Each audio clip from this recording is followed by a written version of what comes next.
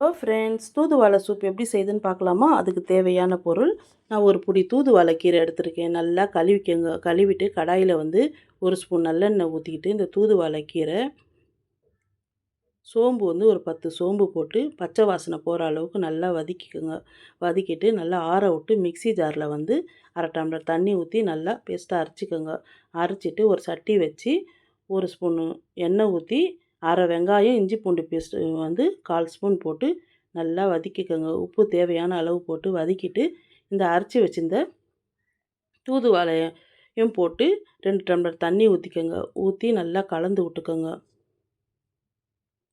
இந்த மேகி ஸ்டாக்குன்னு சொல்லி டிபார்ட்மெண்ட் ஸ்டோர்லாம் கிடைக்கும். அதை வாங்கி நல்லா தூள் பண்ணி அது ஒரு பாக்கெட் போட்டு நல்லா கலந்து விட்டுக்கோங்க. கலந்து விட்டுட்டு பெப்பர் தூள் மிளகு சீரகம் நான் 2 தூள் பண்ணி வச்சுருக்கேன்.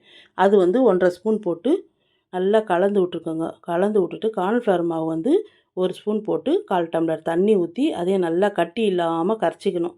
கரைச்சிட்டு அதுவும் அதில் ஊற்றி நல்லா கலந்து விட்டுக்கோங்க. இது இப்போ திடீர்னு ஒரு மழை வந்ததுனால எல்லாத்துக்குமே சளியாக இருக்குது. இதை சூப் குடிச்சிங்கனாக்கா நெஞ்சு சளியெல்லாம் வெளியேறிடும். நீங்கள் கண்டிப்பாக செஞ்சு சாப்பிட்டு எனக்கு கமெண்ட்டில் எப்படி இருக்குன்னு சொல்லுங்கள் ஃப்ரெண்ட்ஸ். கார்ன் சொல்லி விற்கும். அதை பொரித்து அதுவும் அதில் போட்டு கொஞ்சம் கொத்தமல்லி தழை போட்டு குடிச்சிங்கனாக்கா சூப்பரான அருமையான தூதுவளை சூப் ரெடி.